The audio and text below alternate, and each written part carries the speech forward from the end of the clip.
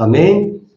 Vamos fazer nesse momento a reflexão da palavra de Deus. Convido você a abrir a sua Bíblia no livro de Jeremias. Nós temos estudado Jeremias, visando edificar o nosso coração. Um profeta que enfrentou momentos de angústia, de crise política, crise moral, crise espiritual na casa de Deus, crise econômica, diante do cerco da Babilônia, cercando a cidade, cercando a capital de Jerusalém.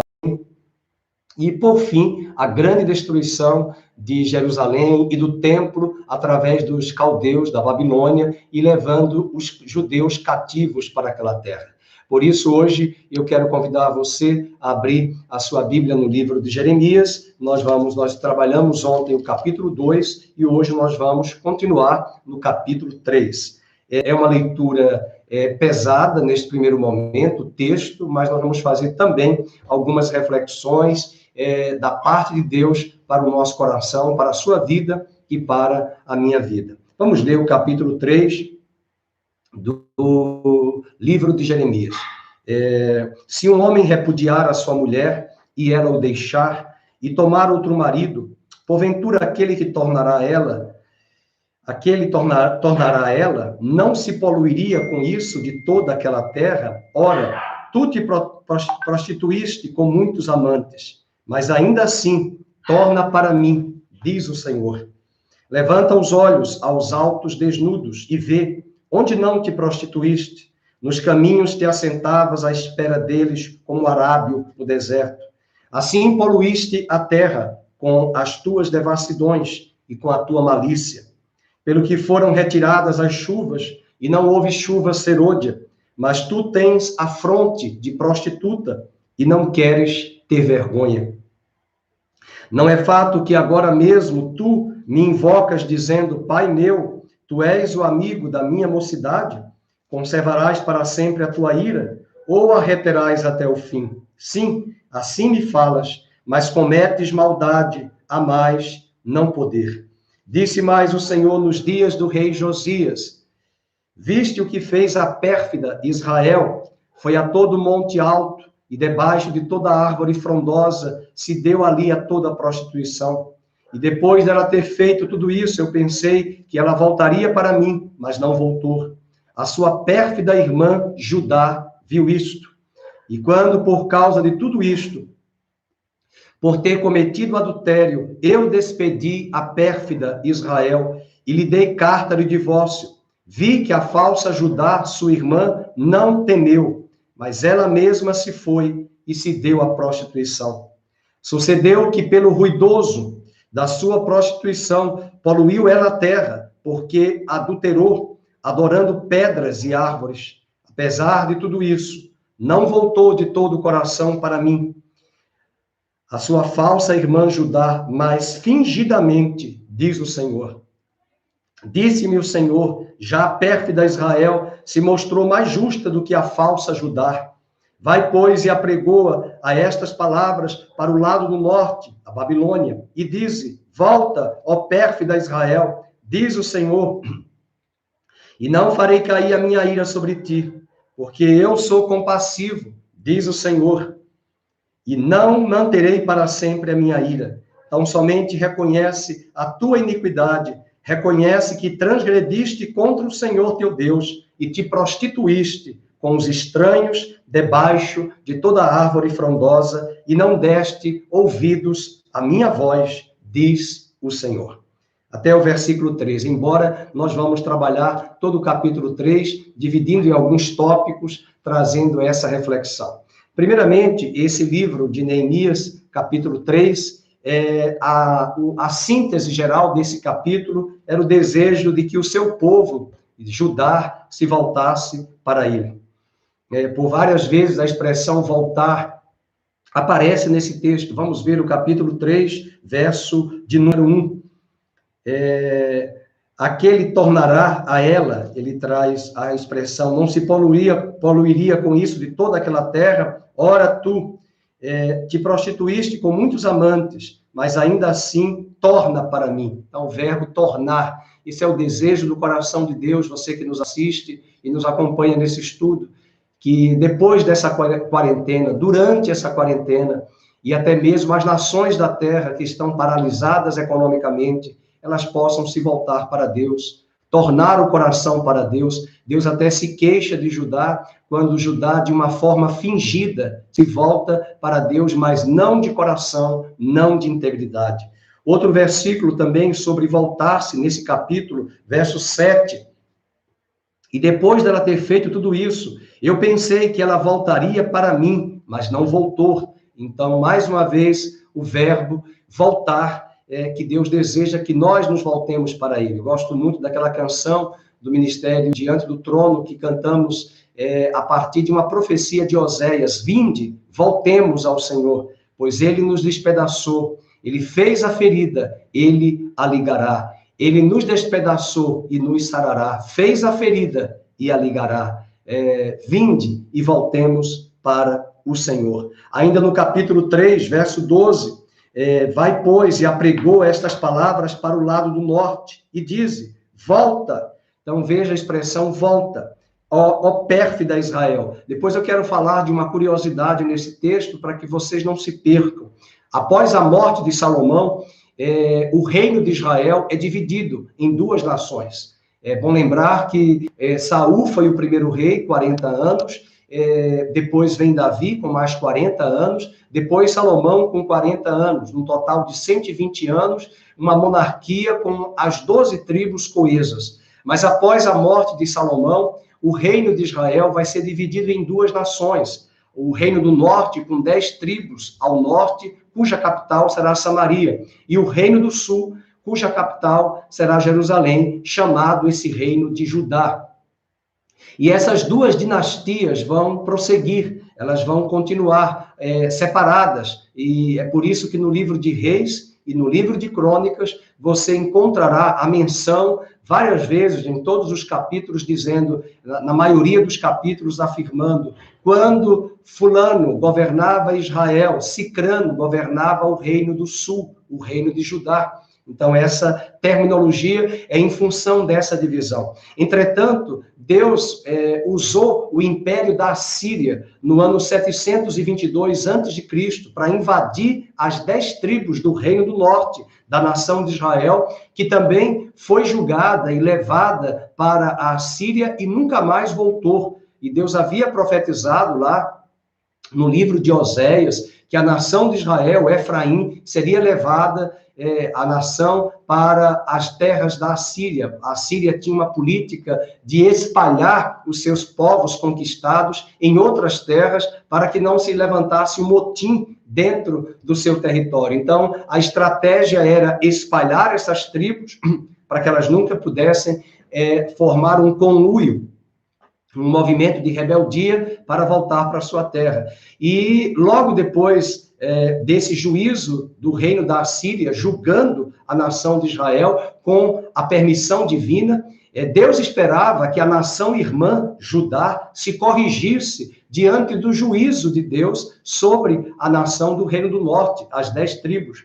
E Deus vai mostrar que a nação de Judá, ela foi nos mesmos caminhos, se endureceu, e ela chama Judá de pérfida, de teimosa, de traidora e de prostituta. O versículo de número 12 fala isso, o verbo voltar, mas também a menção das duas nações, Israel e Judá. Vejam, por exemplo, no versículo 12, volta ao pérfida Israel, diz o Senhor. Então veja que ele está falando de Israel, e não farei cair a minha ira sobre ti, porque eu sou compassivo.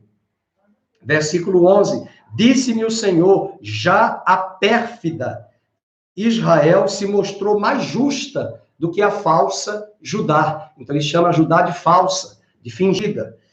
Deus está com raiva, viu, irmãos? Deus está com muita raiva em função do pecado da nação de Judá. Como muitas vezes ele fica com raiva, com a igreja dele, nos caminhos de teimosia, de insistência. Ainda no capítulo 3, verso 8, essa terminologia de Israel e Judá, para você entender que são duas nações. E lembrar que Babilônia, ela conquista a nação de Judá e julga Judá em 586 a.C. Mas no ano 722 antes de Cristo, a Assíria invade a nação do Reino do Norte. Isso deixa claro que a nação de Judá foi testemunha ocular. Primeiro que o território ali é muito perto, né? A nação de Israel é menor do que o estado do Sergipe, que é o menor do Brasil. Então, imagina duas nações co-irmãs ali juntas, uma não saber o que aconteceu com a outra, quer dizer, a Assíria invadiu aquele território do norte e destruiu, e era suficiente para a nação de Judá se voltar para Deus, se arrepender dos seus caminhos, como quem pensasse, ora, Deus julgou Israel, Deus também pode me julgar. E aqui entra um grande desafio para nós de pensarmos que nós não podemos brincar com a graça eletiva de Deus, a graça que nos chamou, que nos escolheu, que nos chamou e nos santificou. E nós continuarmos brincando com a graça de Deus, seguir nos nossos próprios caminhos, rebeldias, andar no pecado, andar nas práticas ocultistas, andar distante de Deus, um coração que está muitas vezes no templo, na igreja, mas não está no Senhor, diante do Senhor. E é por isso que Jeremias grita muito sobre a circuncisão do coração, pedindo que Israel, Judá, tivesse o seu coração circuncidado.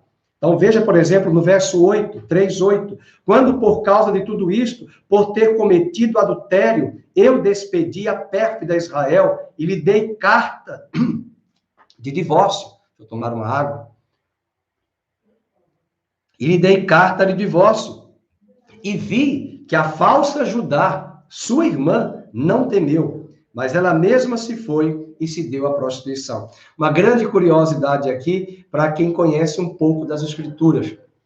Deus deu a carta de divórcio a Israel, às 10 tribos, mas ele não deu a carta de divórcio a Judá. Ele julga Judá, ele diz que Judá seria levada para a Babilônia, mas o próprio profeta Jeremias diz, eu desposar-te-ei, eu casarei contigo de novo, você será a minha esposa, você será a minha amada, a minha noiva querida, ó Judá, e mostrando mais uma vez a promessa que Deus jurou a Davi, estão lembrados? Deus jurou a Davi que ele não deixaria uma lâmpada apagada, mas uma lâmpada acesa em Jerusalém, por amor do nome dele. Quer dizer, apesar dos desvios, apesar da rebeldia, Deus corrigiria, Deus puniria, mas Deus traria Judá de volta, porque ele jurou a Davi e disse lá em Jacó, no livro de Gênesis 49, que o descendente de Jacó, do cetro de Judá, viria para reinar e governar sobre todas as nações da terra. Isso mostra a promessa de Deus, o plano eterno, propósito eterno de Deus, sendo revelado de forma progressiva e Deus muito misericordioso. Amém? Continuando, vamos para o verbo voltar. Nós vimos em Jeremias 3:1, 7, 12. Vamos para o verso 22. Verso 22, ainda sobre o verbo voltar. Voltai, ó filhos rebeldes. Eu falei que Deus está com raiva. Deus está irado. Voltai, ó filhos rebeldes. Eu curarei as vossas rebeliões. Falando sobre essa atitude de voltar. E ainda no capítulo 4, verso 1, que nós vamos trabalhar hoje, se der tempo, 3 e o 4. Se voltares, ó Israel, diz o Senhor, volta para mim. Se removeres as tuas abominações de diante de mim, não mais andarás vagueando. Volta, ó Israel. Aqui uma figura importante de muitas pessoas na igreja que não sabem o que é ser igreja, a identidade de uma igreja local, a identidade do rebanho que ela faz parte, do pastor que a pastoreia, do aprisco que ela está inserida, que Cristo designou para que ela estivesse inserida e servindo ao rebanho, somando e andando com aquele povo de Deus. Existe uma tendência hoje no mundo contemporâneo das ovelhas ficarem a vaguear, zigue-zagueando, vagueando em tantos lugares, buscando coisas que não existem, buscando estruturas, buscando talvez falácias, canções, músicas, shows, para preencher um vazio, quando na verdade somente a palavra de Deus, somente a presença de Deus é suficiente para preencher o nosso coração e as lacunas do nosso coração. Por isso, essa palavra é para a igreja brasileira, mas é para a nação brasileira, que essa nação se volte para o Senhor, que nós nos voltemos para Ele. Eu tenho visto muitos se voltarem para as lives, para os shows, para os espetáculos de artistas famosos, horas e horas assistindo. Recentemente, um cantor aí fez um show de 10 horas, né, numa live, 10 horas, né, numa live, e 50 milhões de seguidores assistindo simultaneamente. 50 milhões. Isso mostra para onde esta multidão caminha, para onde esta multidão tenta preencher o seu coração. Jesus falou à mulher samaritana: mulher, vem a hora, e já chegou, em que nem mais neste poço onde Jacó abriu, e nem mais em Gerizim, onde você está, e nem em Jerusalém, é o lugar que se deve adorar, mas vem a hora em que ele fará dentro do teu coração um poço que vai jorrar água viva, águas contínuas para sempre, uma fonte a jorrar, uma fonte. Essa fonte está em mim, essa fonte está em você, é a presença de Deus, é Cristo em nós, a esperança da glória sobre as nossas vidas. Portanto, esse verbo voltar aparece, mas ao mesmo tempo, como Deus está com raiva de Judá, da sua teimosia, da sua rebeldia, a palavra também, a segunda palavra que mais aparece é a palavra rebelde, rebeldia, ou perfídia. Né? Eu lembro de uma música de um cantor aí, acho que era Nelson Gonçalves, que cantava perfídia, mas ele usa aqui o substantivo, o adjetivo pérfida, né? Então, nós temos aí Jeremias, capítulo 3, verso 6. 3, 6. Disse mais o Senhor nos dias do rei Josias, visto que fez a pérfida, a rebelde, a traidora, a difamadora, aquela que poluiu o casamento. Então, a rebeldia foi a todo monte alto e debaixo de toda árvore frondosa, e se deu ali a toda prostituição. Os pagãos tinham o hábito de sacrificarem a seus deuses debaixo de árvores. Até hoje você tem trabalhos ocultistas que são feitos em cachoeiras, debaixo de árvores, nas florestas, nas matas, que algumas entidades exigem e requerem dos seus fiéis. E Deus abomina. Inclusive, a própria narrativa do Nimrod, né, o mentor da fundação de Babel, da Torre de Babel, teve um filho, segundo a Semíramis, sua esposa, né, chamada de prostituta, a Semíramis, que gera um filho chamado Tamuz, filho de uma prostituição, e ela diz que esse filho foi a reencarnação de Nimrod sobre ela, e a tradição histórica, e até mesmo na Bíblia, existem outras passagens no livro dos profetas, que até Judá e Israel adoraram esse menino Tamuz debaixo do carvalho sagrado. Então, era um carvalho sagrado, onde este menino era adorado, essa divindade pagã era adorada desde o tempo do deus Nimrod, que foi o mentor da Torre de Babel. Então, você tem essa prática que Deus abomina, e era isso que Judá estava realizando naqueles dias. Ela praticava o ocultismo. Imagine, abandonar o Deus vivo, Deus verdadeiro, para adorar deuses criados pelas próprias mãos dos homens. Essa rebelde, essa pérfida, ainda no verso de número 8, quando por causa de tudo isto, por ter cometido adultério, eu despedi a pérfida Israel e lhe dei carta de divórcio. Então, ele está falando para Israel, o reino do norte, a pérfida, a teimosa, a traidora.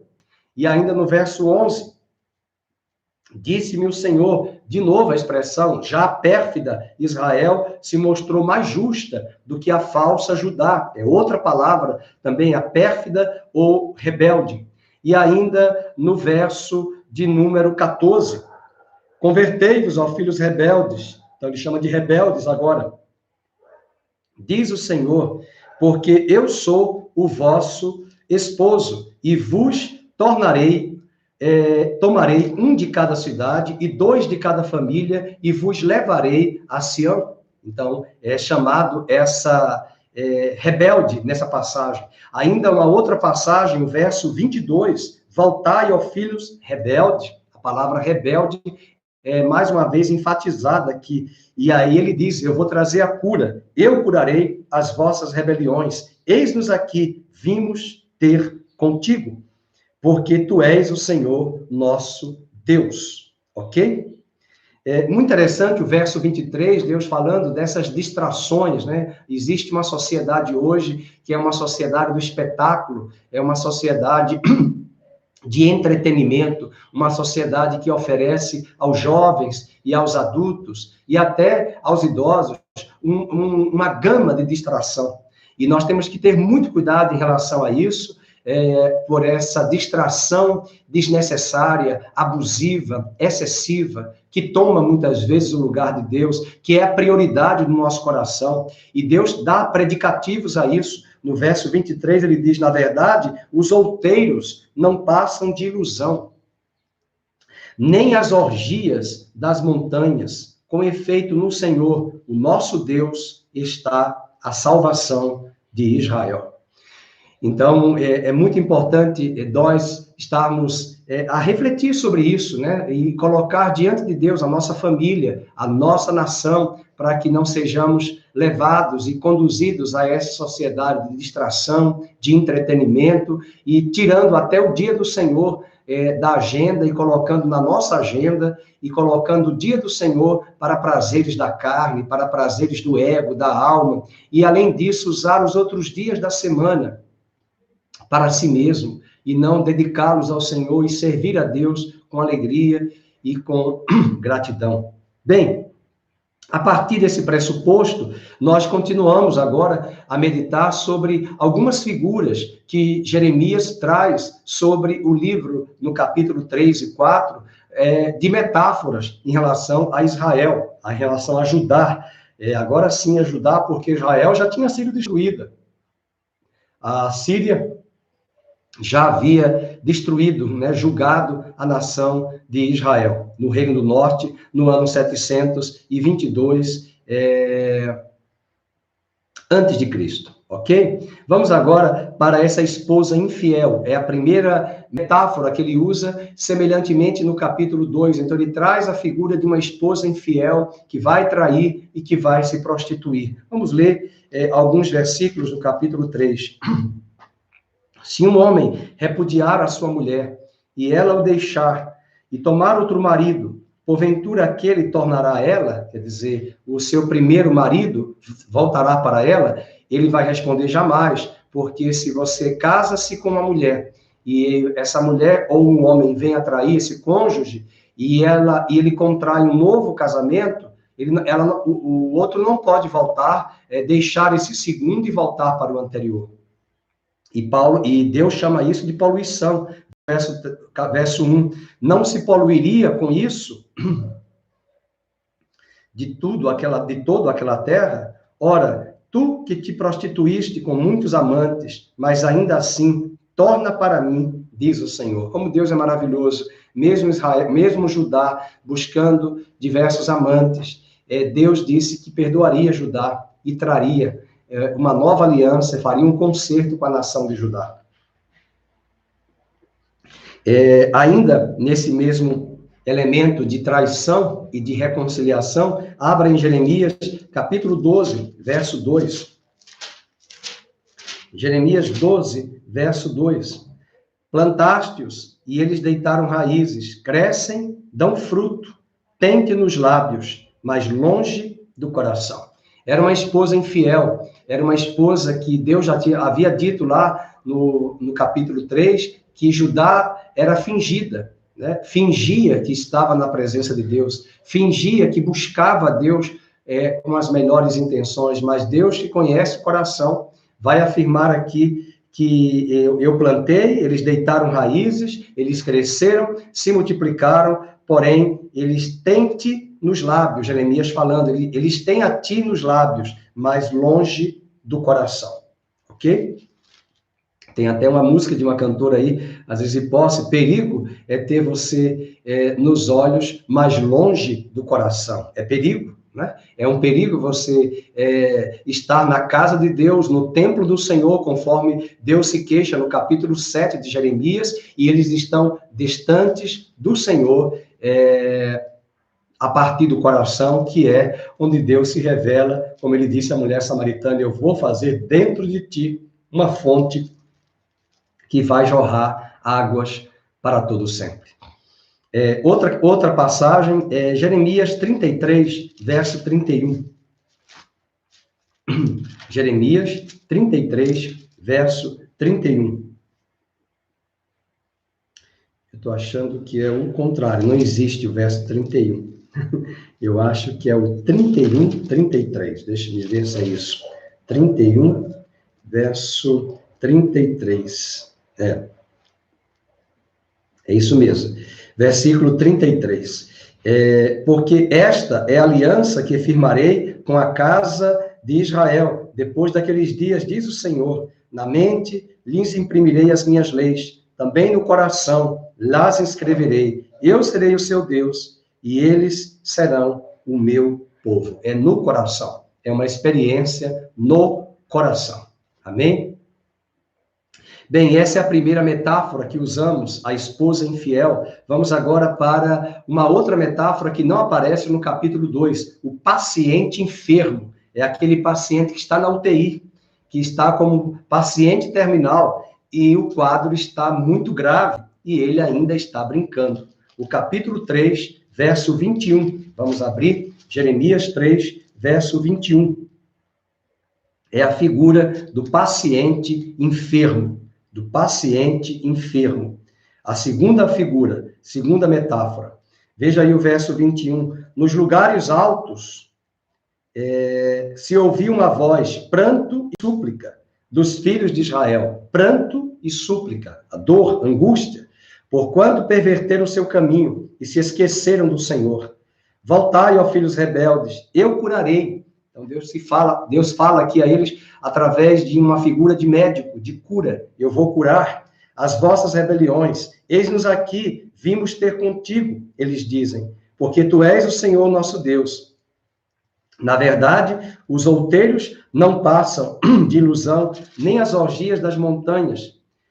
Com efeito, no Senhor nosso Deus está a salvação, mas a coisa vergonhosa, o labor de nossos pais, desde a nossa mocidade, devorou as suas ovelhas e o seu gado, e os seus filhos e as suas filhas. Deitemo-nos em nossa vergonha e cubra-nos a nossa ignomínia, desprezo, vergonha, porque temos pecado contra o Senhor nosso Deus, nós e nossos pais, desde a nossa mocidade até o dia de hoje, e não demos ouvidos à voz do Senhor nosso Deus. Então, quando Deus mostra que eu te curarei, ele está se referindo a esse paciente que está enfermo numa UTI, né? Naquela época não existia UTI, mas um paciente cuja doença está grave. O mesmo profeta Jeremias vai trazer uma palavra profética que muitos de nós conhecemos, cantamos, falando sobre, no texto, de que há bálsamo em Gileade, há bálsamo, mais água, há bálsamo em Gileade, há bálsamo em Gileade, eu posso curar, ó Israel, há bálsamo, e até nós cantamos, vinde e voltemos ao Senhor, pois ele nos despedaçou, fez a ferida, e a outra parte é retirada de Jeremias, quando diz, por um acaso não há bálsamo mais em Gileade. Gileade era uma região do sul da Palestina, e esse lugar onde tinha esse bálsamo servia de cura, né, para as pessoas que poderiam se tratar. E ele faz uma metáfora perguntando, por um acaso não há mais bálsamo em Gileade? Será que o Deus, que é o nosso Yahvé Rafá, não pode sarar? Então, ele traz essa reflexão sobre o paciente enfermo. E a Bíblia fala, meus queridos, que quando alguém chega a cair no pecado, esse ato final do pecado, por exemplo, um adultério, um assassinato, uma prática abominável diante de Deus, ir para a feitiçaria, para o ocultismo, isso não começou da noite para o dia, não foi tão rápido, né? Isso foi construído, isso mostra o perigo da doença chamada pecado se instalar em nosso coração, engodar os nossos olhos, engodar a nossa mente, e de repente todo o nosso ser, já antes mesmo da queda final, antes mesmo do pecado ser cometido, o nosso coração já está muito distante pelas raízes que essa doença, essa erva daninha foi colocada ali no nosso coração e tomou grandes proporções. Muitas vezes chega ao consultório médico, elas já tomaram meses, semanas, porque a pessoa não tomou a iniciativa de fazer uma ruptura, de buscar logo a cura, o tratamento devido. Portanto, abra comigo a sua Bíblia no capítulo de número 41 dos Salmos, onde Deus vai falar, através do salmista, sobre essa doença do pecado dentro do nosso coração, que pode gerar o ato. Uma coisa é a natureza sendo alimentada, engodada dentro de nós. Por isso que Paulo diz, considerai-vos mortos para o pecado, mas vivos para Deus em Cristo Jesus. Então, vejamos aí o Salmo 41. Salmo 41, verso de número 4. Diz a palavra do Senhor. Salmo 41, verso 4.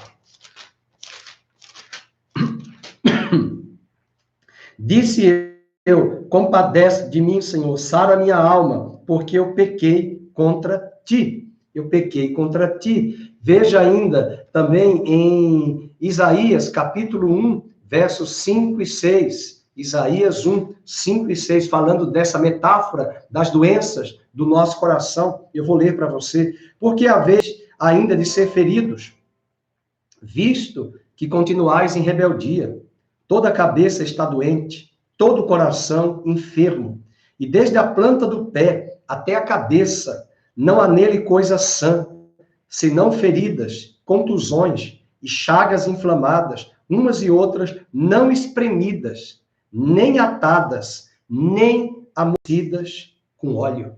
É o profeta Isaías trazendo uma metáfora de como essa doença, pecado, se instala no coração do homem.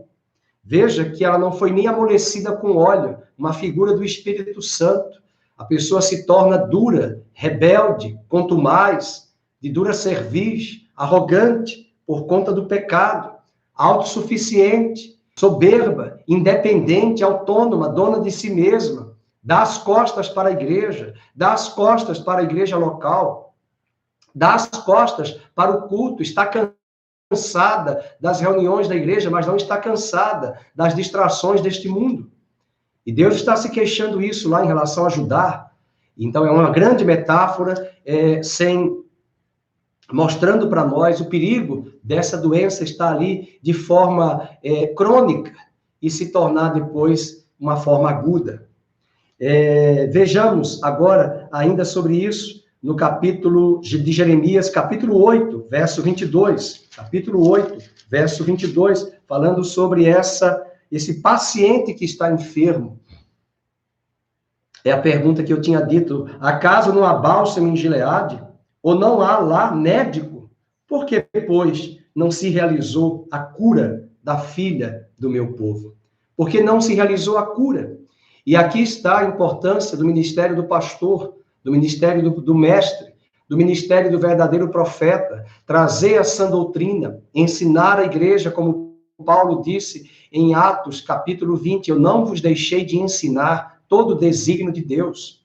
As palavras que Paulo disse a Timóteo, prega a palavra a tempo e fora de tempo. Porque na época de Jeremias, os falsos profetas diziam que nada disso aconteceria. Como Deus vai destruir o templo? Como Deus vai destruir Jerusalém, a casa dele, a cidade eleita? Não, de maneira nenhuma. Esse profeta é louco. E aquele paciente enfermo, Judá, na metáfora, não deu ouvidos ao médico, ao enfermeiro que o médico verdadeiro mandou, que é Jeremias.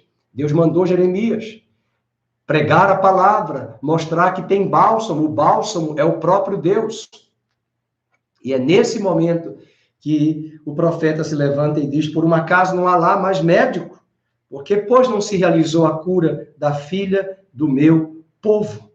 E veja que os falsos profetas traziam o contrário. Enquanto isso, vamos ver ainda no capítulo 30, verso 12, capítulo 30, verso 12 de Jeremias, você pode avançar falando sobre essa figura metafórica aí do enfermo.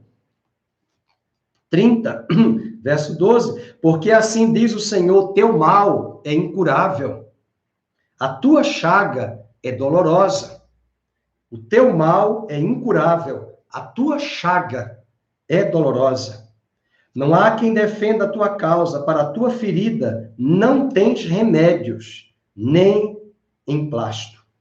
E ele traz à tona a causa desse mal, os amantes, os pecados que foram flertados pela Judá, a nação de Judá. Verso 14, todos os teus amantes se esqueceram de ti, já não perguntam por ti, porque te feri com ferida de inimigo e com castigo de cruel, por causa da grandeza da tua maldade e da multidão de teus pecados. Essa é a ideia.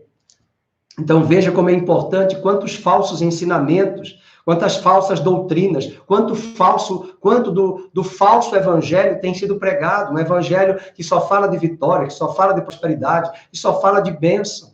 Mas ninguém está disposto a seguir, a passar pela porta que já é estreita e o caminho que já é estreito. Um caminho de renúncia, um caminho que Deus nos chama para uma morte diária, para um serviço ao reino dele, com os nossos dons, os talentos, e perseverarmos na igreja local onde estamos, no ministério, nos talentos que nos foram outorgados por ele. Deus nos chama para isso.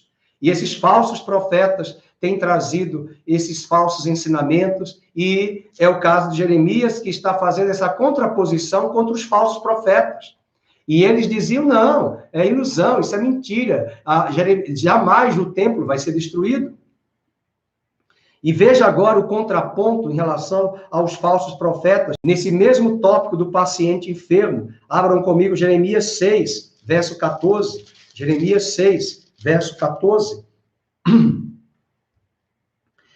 Falando dos falsos profetas, o que é que eles fazem? Eles curam superficialmente a ferida do meu povo. Eles curam superficialmente a ferida do meu povo, dizendo paz, paz, quando não há paz.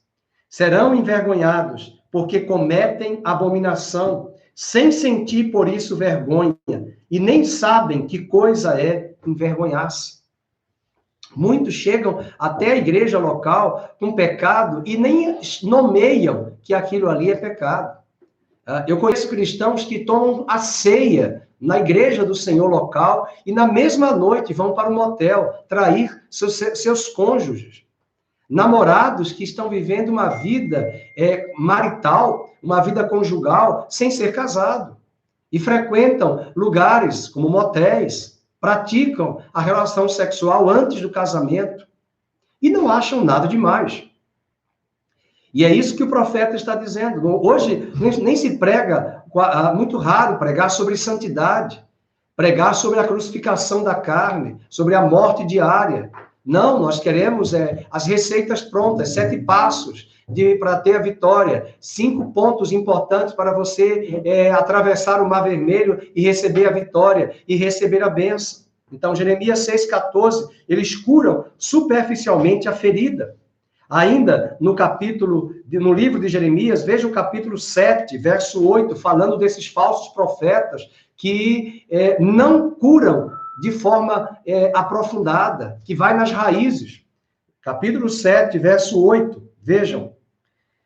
Eis que vós confiais em palavras falsas, que nada vos aproveitam. Vocês confiam em palavras falsas, vocês confiam nesse falso evangelho, e que nada traz de solução para resolver o maior problema de vocês, que é o coração corrompido, a natureza má, adâmica, em vossos corações.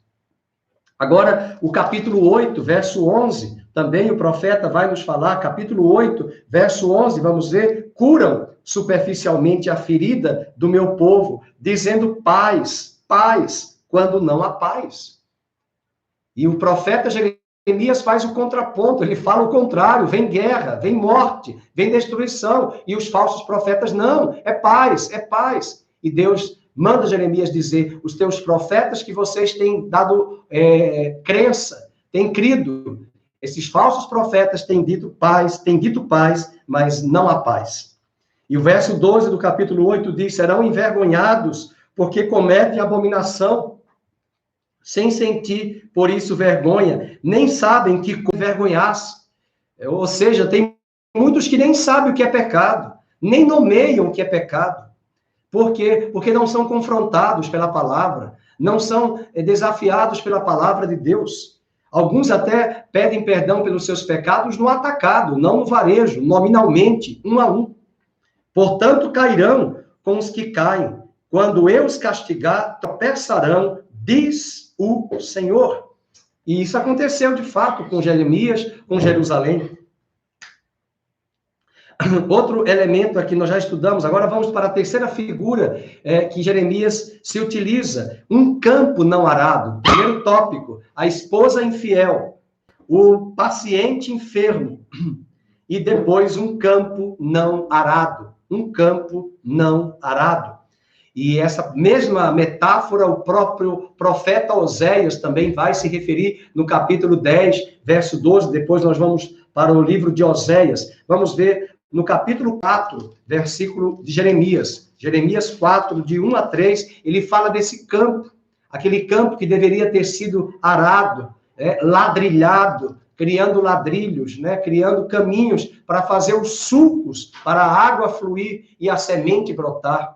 Jesus contou acerca da parábola do semeador, da semente que foi plantada em 4 tipos de terrenos, e somente um terreno que havia sido trabalhado, arado, preparado, que é o terreno do coração. Então, Jeremias traz, até porque esse povo era um povo dado à agricultura, era um povo dado à lavoura, à plantação, e a base econômica deles era muito mais pautada nessa questão da agricultura. E eles dependiam de Deus para receberem as chuvas. No capítulo 4, verso 1, se voltares, ó Israel, diz o Senhor, volta para mim. Se removeres as tuas abominações de diante de mim, não mais andarás vagueando. Se jurares pela vida do Senhor, em verdade, em juízo e em justiça, então nele serão benditas as nações e nele se glorificarão. Porque assim diz o Senhor aos homens de Judá e Jerusalém. Vamos ler todos. Lavrai para vós outros um campo novo, e não semeeis entre espinhos. Lavre um campo novo. Limpe a terra do coração, e não semeie entre espinhos. E não semeie entre espinhos. Então, vamos voltar agora para o livro de Oséias, capítulo 10, verso 12, trazendo esse desafio para nós, a mesma palavra, para que haja e venha a chuva, nós precisamos lavrar a terra, regar o nosso coração, tirar as ervas daninhas, tirar os matos que são colocados ali, que nascem pelas próprias circunstâncias da vida em nosso coração. Veja o capítulo 10 de Oséias, capítulo 10, verso 12. A palavra de Deus diz, então me disse, não temas. Aliás, estou em Daniel, perdoe. Oséias 10, 12. 10, 12. Deixa eu ver se é isso mesmo, ou eu coloquei. Oséias, é isso mesmo, eu estou no capítulo 11 já, irmãos. Oséias 10, 12. Então eu disse, semeai para vós outros em justiça, semeai, ceifai segundo a misericórdia, arai o campo de pousio, porque é tempo de buscar-os ao Senhor, até que ele venha e chova a justiça sobre vós. Arai, semeai outros em justiça, ceifai a misericórdia, e além disso o verbo está no imperativo, arai, o campo de pousio. Esse campo, alegoricamente, é o nosso coração. É nesse coração onde a semente vai ser plantada na palavra de Deus, e nós precisamos responder à altura desta palavra que Deus nos traz. Amém? Vamos agora para uma outra metáfora, uma outra figura que o profeta Jeremias se utiliza. Vamos lembrar a esposa infiel, o paciente enfermo que não quer a cura, um campo não arado, não trabalhado, não ladrilhado, e um coração incircunciso, um coração que não foi circuncidado pela espada, pela palavra do Senhor. Jeremias 4:4 diz a palavra de Deus, circuncidai-vos para o Senhor, circuncidai o vosso coração, ó homens de Judá, ó moradores de Jerusalém, para que o meu furor não saia como fogo e arda, e não haja quem o apague, por causa da malícia das vossas obras. Desde a velha aliança, Deus já havia prometido no Velho Testamento, lá no livro da Torá, no livro de Deuteronômio, no 5º livro da Torá, Deus já havia dito que ele traria, no capítulo 10, 16 de Deuteronômio, vamos abrir, a circuncisão do nosso coração. Abra comigo a sua Bíblia em Deuteronômio, capítulo 10, verso 16. Deuteronômio 10. Nós vamos ter 2 passagens aqui em Deuteronômio. Então, isso mostra que mesmo quando Deus já tinha dado a figura da circuncisão física, e é muito interessante quando você visita uma sinagoga, alguns judeus mais ortodoxos fazem, mas eles entendem que a circuncisão estava muito pertinente ao templo. Mas ainda alguns conseguem realizar a circuncisão hoje em algumas sinagogas, e eles fazem com todo um padrão de higiene, inclusive em alguns hospitais, como é o caso aqui de São Paulo, do Albert Einstein, faz a circuncisão, por ser um hospital que tem a diretoria e os seus fundamentos judaicos, né? E Deus havia mandado Abraão circuncidar. Ele mesmo foi circuncidado, ele circuncida Ismael, ele circuncida Isaac, mas aquela circuncisão física apontava para a circuncisão da nova aliança do nosso coração. Mas mesmo Deus falando da circuncisão física, ele deu a promessa de que um dia ele circuncidaria o coração de Judá, o coração do povo de Deus. Veja comigo o capítulo 10 do Deuteronômio, verso 16. 10, 16. Circuncidai, pois, o vosso coração, e não mais endureçais a vossa cerviz. Circuncidai, pois, o vosso coração. Eles circuncidavam o prepúcio, mas não o coração. Eles se vangloriavam por serem circuncidados na carne, mas o apóstolo Paulo depois vai dizer em Romanos que os gentios, mesmo não sendo circuncidados na carne, alguns deles se voltavam para Deus e eram circuncisos no coração. E o capítulo de Deuteronômio ainda, capítulo 30, verso 6. Deuteronômio 30, verso 6.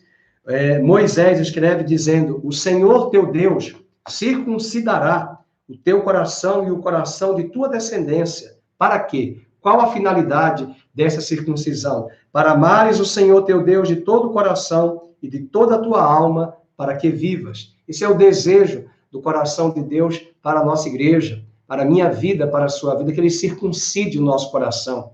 E lembrando, lá no Velho Testamento era uma faca que eles usavam para cortar o prepúcio do coração do homem, da criança. No 8º dia de vida, o próprio Jesus fora circuncidado ao 8º dia, quando Maria e José levaram-no ao templo para cumprir essa ordenança. Mas, ao mesmo tempo, nós vamos perceber que na nova aliança, o seu coração, você que está me ouvindo, a espada de Deus é a palavra. O autor de Hebreus diz no capítulo 4, verso 12, que a palavra de Deus é mais cortante e penetrante do que uma espada afiada. E ela é apta para dividir juntas e medulas, pensamentos e intenções do coração. E essa espada, quando chega ao coração do pecador, que ele ouve a palavra na figura da espada, essa espada corta a natureza adâmica com seus tentáculos e circuncida o coração do homem e traz este coração agora em aliança com Deus. E como foi dito na figura da mulher samaritana, e ele lança neste coração uma fonte que vai a jorrar água para toda a eternidade, águas vivas. Louvado seja o nome do Senhor. Então, nós precisamos dessa espada, dessa palavra que faz a circuncisão. Deuteronômio 30, verso 6, o Senhor circuncidará o teu coração. Era uma promessa. Havia essa expressão em Levítico 12, 3, que eles deveriam circuncidar a criança no 8º dia de vida. Mas vamos agora aplicar para a nova aliança. Abra a sua Bíblia em Romanos, capítulo 2. Romanos, capítulo 2, verso de número 28 e 29. Romanos 2, 28 ao 29.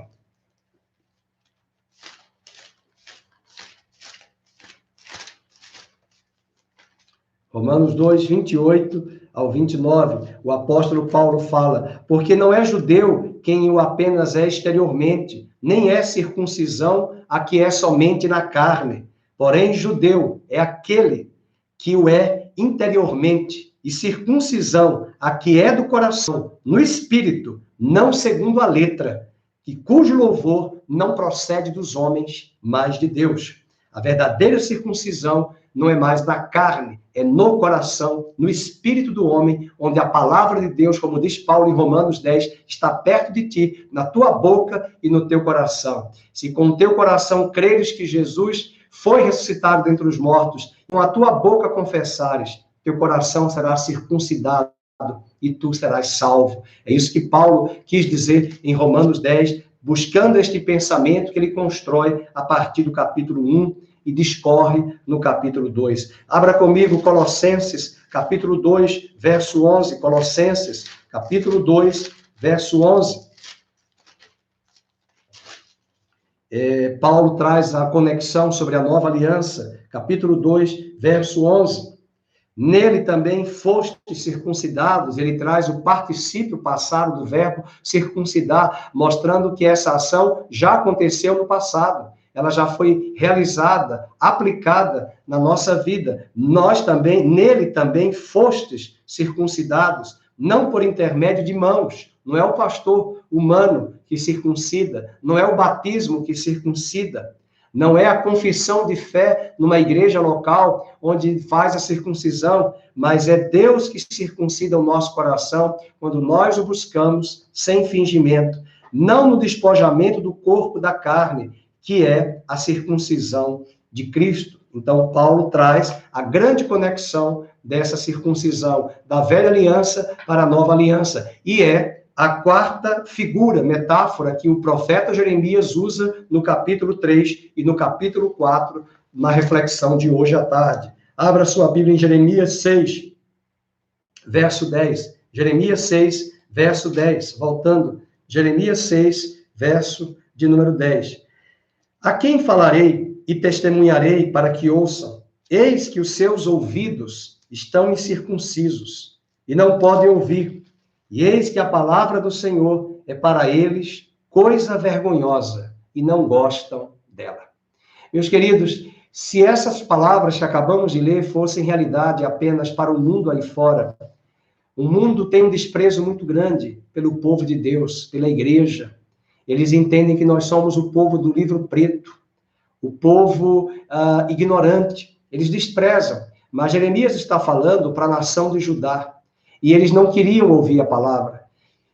Aquela nação entendia que era coisa vergonhosa a palavra do Senhor. E eu acho interessante a última frase do verso 10 do capítulo 6. Não gostam dela. Parabéns para você que está aqui nos assistindo. Há mais de uma hora de reflexão, de oração, que estamos aqui, e todos os dias, nessa quarentena, fazendo lives. E nós temos tido um número frequente, permanente, contínuo, estudando a palavra, ouvindo a palavra de Deus. Isso mostra que o seu coração está interessado em conhecer a Deus, andar com Deus, conhecê-lo. Por isso, eu desafio você a continuar nessa paixão, nesse amor pela palavra. A palavra de Deus é a lâmpada para os nossos pés, é a luz para o nosso caminho. Ela tem preceitos, ela tem princípios. E tem sido coisa rara encontrar a palavra de Deus nos púlpitos contemporâneos, nas igrejas contemporâneas. Muitas vezes existem palestras, existem discursos, mas não a análise, a interpretação do texto, a reflexão a partir de uma pregação expositiva da palavra de Deus. As pessoas não têm paciência, as pessoas elas não querem aprender. Veja, nós estamos desde domingo estudando Jeremias, falando da visão do livro, do conteúdo do livro, e agora estamos em cada capítulo. Isso leva tempo, isso não é algo que vem por osmose, isso não é algo que vem por imediatismo, né? Isso não é algo que vem por imposição de mãos, Isso é algo que precisa haver um esforço tanto de quem prega, como de quem quer ouvir e acompanhar e perseverar. E perseverar. Nós fomos chamados para sermos um povo perseverante. Então, convido você a trabalhar isso com seus familiares, com seus irmãos em Cristo, para que nós sejamos um povo apaixonados pela palavra. Jeremias deixa muito claro, eles não gostam da palavra de Deus. Eles não gostam de ouvir. Eles querem receitas prontas. Eles querem passos que vão ser dados para serem seguidos. E quando não acontecer aquilo que foram dados ali de passos e de receitas, o que nós vamos fazer? Qual a nossa atitude? A melhor coisa é a palavra de Deus, que é baliza para a nossa vida, que é parâmetro, e ela nos prepara, sim, até para os dias maus, até para os dias difíceis. Por isso que Salomão diz em Provérbios, capítulo 10, se te mostras fraco, 24, se te mostras fraco no dia da angústia, quão pequena é a tua força. Se te mostras fraco no dia da angústia, no dia da crise, no dia da calamidade, quão pequena é a tua força. E há uma ala da igreja, há uma ala da cristandade que não está preparada para enfrentar situações de crises. Elas vão questionar a Deus, elas vão argumentar a Deus, contra Deus. Nós já vimos em Apocalipse, elas vão blasfemar contra Deus em função de não entender os desígnios e o tratamento de Deus sobre as nações. Então, nós precisamos buscar essa realidade, ok? Agora, depois de todas essas metáforas, eu tenho boas notícias para te dizer no capítulo 4, as promessas de Deus, as promessas de Deus. Portanto, Deus deu promessas a Jeremias, sim, de que ele restauraria, de que ele levantaria a pérfida, a adúltera, a rebelde Judá, e essa nação seria transformada. Vejam, meus amados, a nação física de Israel hoje ressuscitou em 1948. A nação de Israel está lá restaurada, fisicamente, mas o coração dos judeus não. O coração dos judeus não.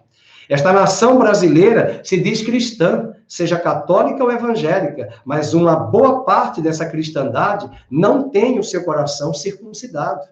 E ninguém deve se vangloriar por ter nascido em berço evangélico, por ter 40, 50, 70 anos de berço evangélico. Isso também pode não dizer absolutamente nada se o nosso coração não estiver literalmente voltado para ele. Um coração quebrantado, um coração contrito, apaixonado pelo Senhor, apaixonado pelos perdidos, apaixonado pela obra de Deus. Então, nós precisamos entender essas questões, ok? Vamos ver as promessas. Jeremias 3, verso de número 11 a 13. Então, voltando lá, as reflexões do capítulo 3 e 4. Lembrando, a esposa infiel, o paciente enfermo, um campo não arado, o coração incircunciso, e agora as promessas de restauração. Veja o capítulo 3, verso de número 11 ao 13, que nós havíamos lido logo no início do culto. Jeremias 3, 11 ao 13. Vamos ver a promessa de restauração. Disse-me o Senhor, já a pérfida Israel se mostrou mais justa do que a falsa Judá. Vai, pois, e apregou estas palavras para o lado do norte. E dize, volta ao pérfida Israel, diz o Senhor, não farei cair a minha ira sobre ti, porque eu sou compassivo, diz o Senhor, não manterei para sempre a minha ira, tão somente reconhece a tua iniquidade, reconhece que transgrediste contra o Senhor teu Deus e te prostituíste com os estranhos debaixo da árvore frondosa e não destes ouvidos à minha voz. Agora, ainda falando sobre esse retorno de Jerusalém, que vai se voltar para Deus. Vamos pegar aí Jeremias 11. Jeremias 11, essa aliança, essas promessas de uma nova nação convertida. Jeremias 11, do 1 ao 5. Palavra que Jeremias da parte do Senhor dizendo: ouve as palavras desta aliança e fala aos homens de Judá e aos habitantes de Jerusalém e diz-lhes, assim diz o Senhor, Deus de Israel, maldito o homem que não atentar para as palavras desta aliança, que ordenei a vossos pais no dia em que os tirei da terra do Egito, da fornalha de ferro, dizendo: dai ouvido a vós, fazei tudo segundo o que vos mando, assim vós me sereis, futuro do presente, a mim por povo, e eu vos serei a vós outros por Deus, para que confirme o juramento que fiz a vossos pais, de lhes dar uma terra que manasse leite e mel, como se vê neste dia. Então respondi e disse: Amém, ó Senhor. Aleluia. E a célebre palavra de promessas de restauração, que nós amamos este texto, já falamos várias vezes, eu e o pastor Felipe já comentamos, e eu convido você a abrir em Jeremias, capítulo 31, verso 31 a 40. Não vou ler todo o texto, mas alguns versículos desse capítulo 31 de Gênesis. 31 a 40. Capítulo 31, versos 31 a 40. Diz assim: porque eu já estou no 32. Eis aí vem dias, diz o Senhor, em que firmarei uma nova aliança com a casa de Israel e com a casa de Judá, não conforme a aliança que fiz com seus pais no dia em que os tomei pela mão do Egito, para os tirar da terra do Egito, porquanto eles anularam a minha aliança, não obstante eu os haver desposado.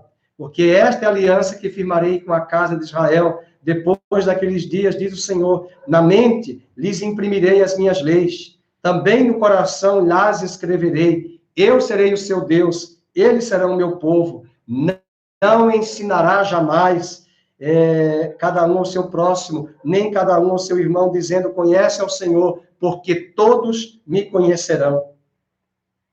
Dizendo, desde o menor até o maior deles, pois perdoarei as suas iniquidades, dos seus pecados jamais me lembrareis. E ele usa a figura dos elementos fixos no céu, chamado de lua, sol e estrelas. E ele diz, verso 35, assim diz o Senhor que dá o sol para a luz do dia, as leis fixas para a lua e as estrelas para a luz da noite, que agita o mar e faz bramir as suas ondas, Senhor dos Exércitos é o seu nome. Se falharem, é um condicional, se falharem estas leis fixas diante de mim, por um acaso a lua tem deixado de aparecer, o sol tem deixado de brilhar, as estrelas têm deixado de aparecer ao longo dos séculos e milênios? Não. Pois bem, ele diz, se falharem estas leis fixas, eu também deixarei para lá a descendência de Israel de ser uma nação diante de mim. Você consegue medir os céus? Você consegue medir o universo? Pergunta aos cientistas da área. E diz o texto, verso 37, assim diz o Senhor, se puderem ser medidos os céus lá em cima e sondados os fundamentos da terra cá embaixo, também eu rejeitarei toda a descendência de Israel por tudo quanto fizeram, diz o Senhor. Isso mostra que se o universo pudesse ser medido, Deus lhe disse, eu jamais teria compromisso com Israel, mas eles não conseguem ser medidos, mensurados. Você e eu não sabemos as medidas do universo, é infinito, como dizem os cientistas. E Deus está trazendo estas promessas, ratificando e confirmando que ele restaurará outra vez a casa de Judá. Lembrando que a restauração física já ocorreu em 1948. E eu finalizo a aula de hoje com Romanos capítulo 11, quando essa restauração espiritual, esse grande avivamento que acontecerá sobre a casa de Israel, sobre a casa de Judá, acontecerá. E isso está reservado para os últimos dias. Deus soprará o Espírito Santo sobre as nações da terra, mas também concomitante, Deus derramará o Espírito Santo sobre a casa de Israel. Zacarias disse no seu livro que Deus daria a Israel, nos dias da grande tribulação, um espírito de súplica, onde eles vão clamar e chorar pela vinda do Messias, e eles verão o Messias vindo de forma gloriosa, e nós estaremos com Cristo no momento da sua vinda, da sua parúzia. Ele ele ressuscitará os mortos que já morreram e os que estiverem vivos naquele momento da sua vida, e terão seus corpos transformados e glorificados. Encontraremos com ele nos ares e desceremos imediatamente. E a Bíblia diz no livro de Daniel e no livro de Zacarias que todo olho verá, e ele descerá com os santos do Altíssimo, e a casa de Israel baterá no peito e chorará, porque reconhecerá que aquele Nazareno, Galileu, de 33 anos, que morreu em Jerusalém há 2000 anos atrás, é o Messias, é o nosso Yoshua HaMashiach, é o Messias dos gentios, é o Messias de Israel. E Deus não terá, como nunca teve, dois povos, ele só tem um povo, e ele juntará o seu povo para sempre, na nova, eterna e superior aliança.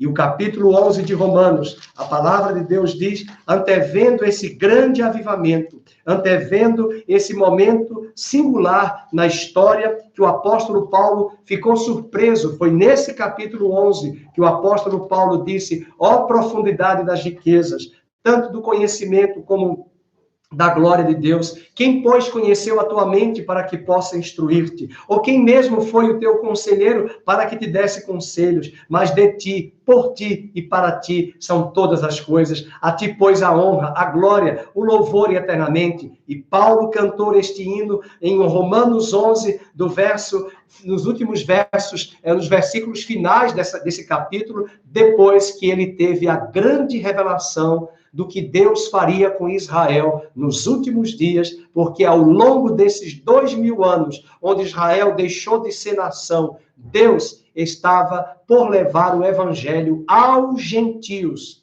através de uma igreja que começou basicamente de judeus, que foram salvos, que aceitaram a Cristo, e através de Paulo e dos apóstolos, esses judeus levaram o evangelho aos gentios, e os gentios receberam o evangelho, e Israel físico, a nação física, a terra, sumiu do mapa.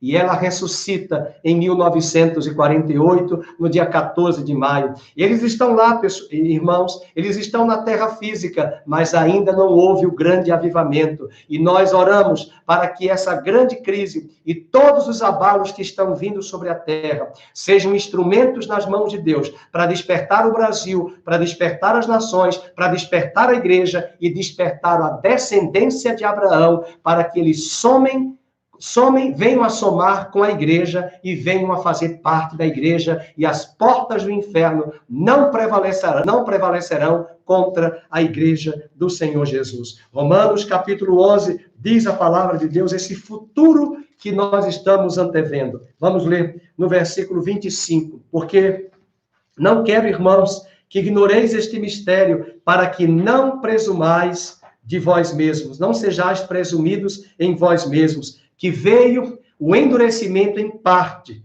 a Israel, até que haja entrado a plenitude dos gentios, até que haja entrado a plenitude da igreja, porque a igreja é tirada dos gentios juntamente com os judeus. E o versículo 26 começa com a conjunção aditiva, e assim todo Israel será salvo, como está escrito. Todo Israel será salvo, porque eles vão se arrepender, eles vão olhar para o Messias, eles vão clamar pelo Messias que descerá dos altos céus na grande vinda, quando ele destruirá o falso profeta, a besta, o anticristo e a Babilônia, e com o sopro da sua boca fará um novo céu, fará uma nova terra, restaurará todas as coisas e confirmará o cumprimento dessa grande profecia que Jeremias trouxe. Toda a casa de Israel será salva e, principalmente, o povo judeu se voltará para eles, como diz um ditado popular, não vem pelo amor, virá pela dor. Verso 26, todo Israel será salvo, virá de Sião o libertador, e ele apartará de Jacó as impiedades. Esta é a minha aliança com eles. Paulo diz, quando eu tirar os seus pecados, Deus falando, quanto ao evangelho, são eles inimigos por vossa causa. Quanto, porém, à eleição, eles são amados por causa dos patriarcas. Eles não têm privilégios no sentido de que eles são melhores do que nós, mas, na verdade, eles foram escolhidos e eleitos por causa da eleição de Deus, por causa dos patriarcas, Abraão, Isaque e Jacó, e eu ainda diria, porque Deus jurou a Abraão, a Isaque, a Jacó com o seu nome, e ele é fiel para cumprir todas as promessas. Porque os dons e a vocação de Deus são irrevogáveis. Porque assim como vós também, outrora, vocês gentios, fostes desobedientes, mas agora alcançastes misericórdia à vista da desobediência deles, assim também estes agora foram desobedientes. Estes, judeus, foram desobedientes, para que igualmente eles, judeus, alcancem misericórdia à vista da misericórdia que foi concedida a vocês, gentios. Porque Deus a todos, judeus e gentios, encerrou na desobediência, a fim de usar de misericórdia para com todos. Meus irmãos, após Paulo ter entendido esse plano de Deus no Novo Testamento, na Nova Aliança, entendendo que haveria uma lacuna, e essa resposta que Deus dá para ele é o capítulo 8, 9 e 10, aliás, 9, 10 e 11 de Romanos. 9 é o passado de Israel. 10 é o presente de Israel, naquela época que Paulo escreve, e 11 é o futuro de Israel, do que vai acontecer nos últimos dias, antes da vinda gloriosa do Senhor. Todo Israel será salvo, eles baterão no peito, serão tomados por um espírito de súplica e de graça, e clamarão pelo Messias, assim como nós também clamaremos, Maranata, ora vem, Senhor Jesus. E eu quero crer que não somente a casa de Israel, mas a sua família, a sua descendência, a sua parentela, muitos da nossa nação, e milhares e multidões e milhões, e por que não dizer bilhões, neste planeta, se voltarão para ele, no meio dos juízos, e Deus restaurará e fará um novo céu e uma nova terra, e cumprirá as promessas que Deus fez à nação de Judá através de Jeremias. Portanto, ainda que as nações não entendam, ainda que todos os dias Israel esteja no jornal, as nações não entendem,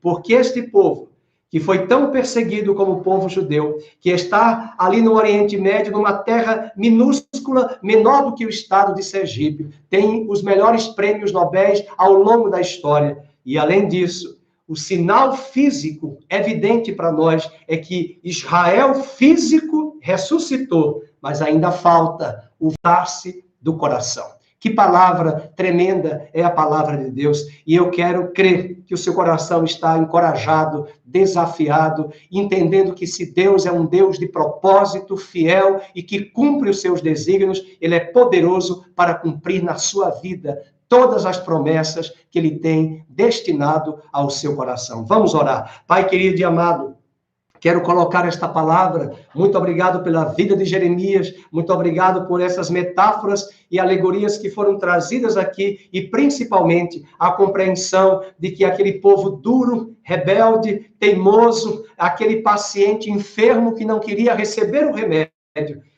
é também uma figura da igreja, uma figura do povo de Deus da nova aliança, rebelde, endurecido, e nós pedimos a Ti hoje perdão pelas nossas rebeldias, perdão pela dureza do nosso coração, perdão, ó Deus, pelas nossas teimosias, pelas nossas insistências, e nós oramos para que nesse período de quarentena, através da palavra que tem chegado a cada dia, o Teu Espírito Santo venha quebrantar, venha tratar, venha encontrar em nosso coração espaço, abertura, adoração, louvor, gratidão ao Teu santo e excelso nome. Que o Senhor seja louvado, que o Senhor seja engrandecido, que o Senhor seja adorado. E oramos pela casa de Judá, oramos pela casa de Israel, oramos a profecia de Paulo em Romanos capítulo 11, todo Israel será salvo. E terminamos esta oração lendo o verso 33, depois que Paulo teve toda essa revelação, ele cantou: ó profundidade da riqueza, tanto da sabedoria como do conhecimento de Deus, quão insondáveis são os seus juízos, quão inescrutáveis são os seus caminhos. Quem, pois, conheceu a mente do Senhor, ou quem foi o seu conselheiro, ou quem primeiro deu a ele para que lhe venha a ser restituído, porque dele e por meio dele e para ele são todas as coisas. A ele, pois, a glória e eternamente. Amém e amém. Louvado seja o nome do Senhor. Aleluia. Vamos cantar mais uma vez aquela canção, encerrando o nosso culto, crer e observar.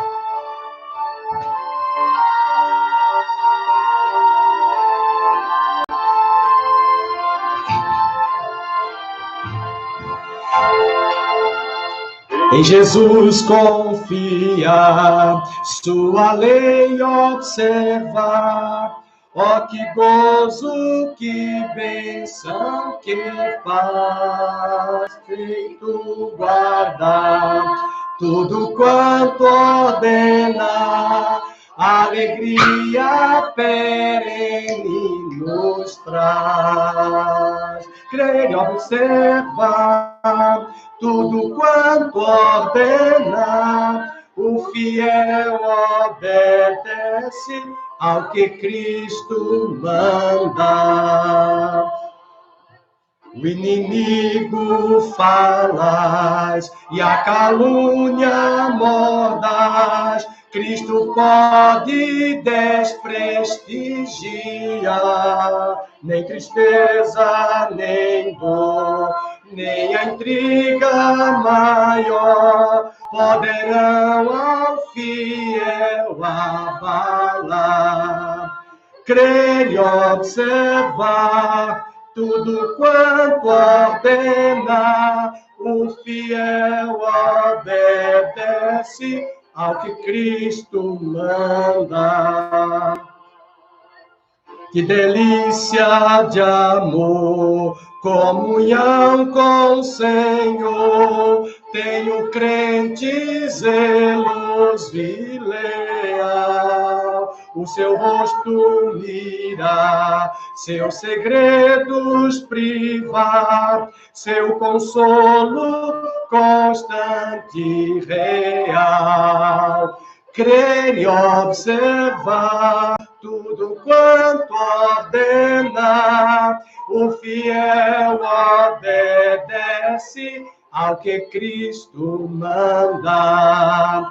Crer e observar tudo quanto ordena, o fiel obedece ao que Cristo manda.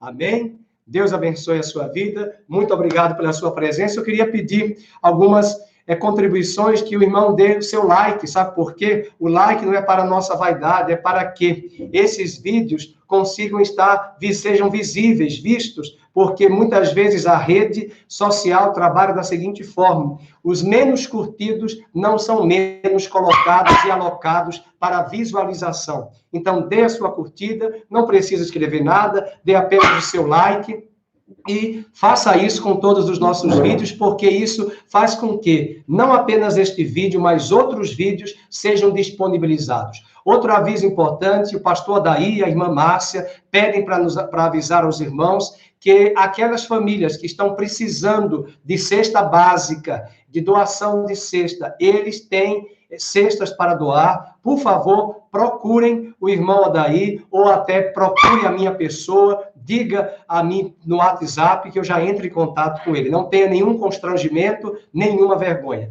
Deus abençoe a sua vida, e eu quero orar que o Senhor vos abençoe e vos guarde, que o Senhor faça resplandecer o seu rosto sobre vós, que o Senhor tenha misericórdia de vós, e que o Senhor sobre vós levante a luz do